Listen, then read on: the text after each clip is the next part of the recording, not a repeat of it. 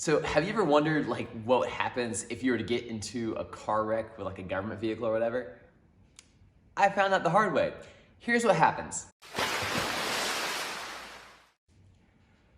Nothing happens, and it happens very quickly. So on my way home from Colorado back to Florida, I got into a car wreck just off the interstate in Topeka, Kansas.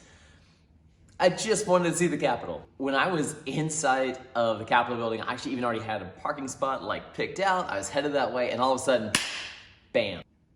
Now, just so you can understand what happened, I've actually rendered a pretty realistic reenactment of what happened. It's very graphic and very realistic, so those of you who are a little more sensitive should probably look away. Oh man, such a nice day to go see the state capitol. Thank goodness nothing bad's happened.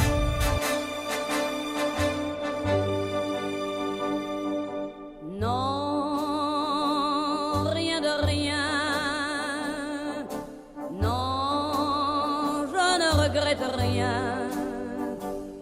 Ni le bien qu'on m'a fait, ni le mal, tout ça m'est bien égal.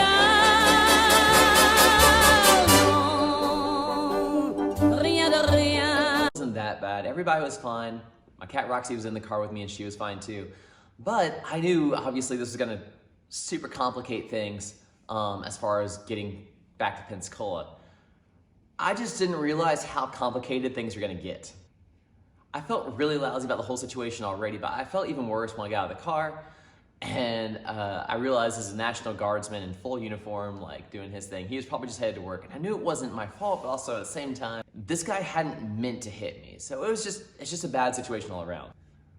At this point, me and the other guy, his name's Michael, super nice guy, we exchanged usual pleasantries, we're checking out the damage, we're able to get my car off the road. His car is still stalled out in the middle, but about that time, Topeka Police Department comes out, they do the report, whole nine. Meanwhile, people are coming out of nowhere to like watch all this.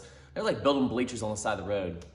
Well, you guys, after all that was done, I got my picture with the Capitol and stuff like I wanted, but I very quickly realized that my car was hardly drivable, let alone all the way back to Florida. So when I'm getting it towed, when I'm having to get a rental car, and I went from having a super awesome 4x4 Xterra, neatly packed, neatly organized, even had room so I could like sleep in it to avoid hotels or whatever.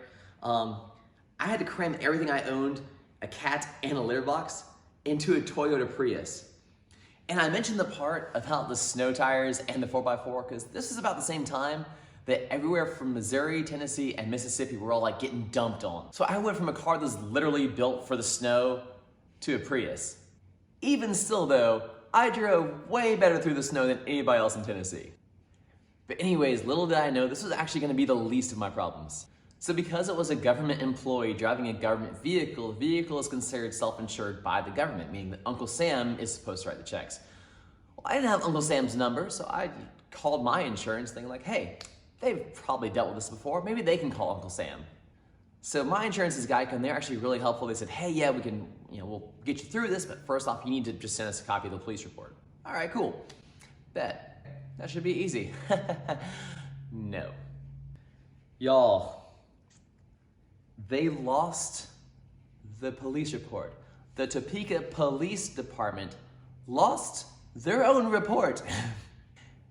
But wait, there's more. So when they finally did find the police report, they called me to let me know and they said, hey, Mr. Green, we found your report. You can come by the station and pick it up. It's just $5. The police station in Kansas. So I said, look, I'm in Florida. I can't just come by the station. Email it to me. We've already been emailing. I know you have one.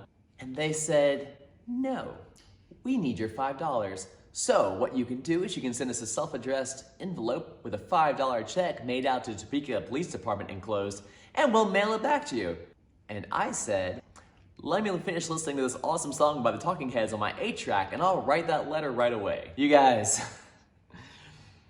I am not joking when I say I literally had to call the city manager of Topeka, Kansas in order to get a waiver for $5 so they would just email me my crash report from my own crash.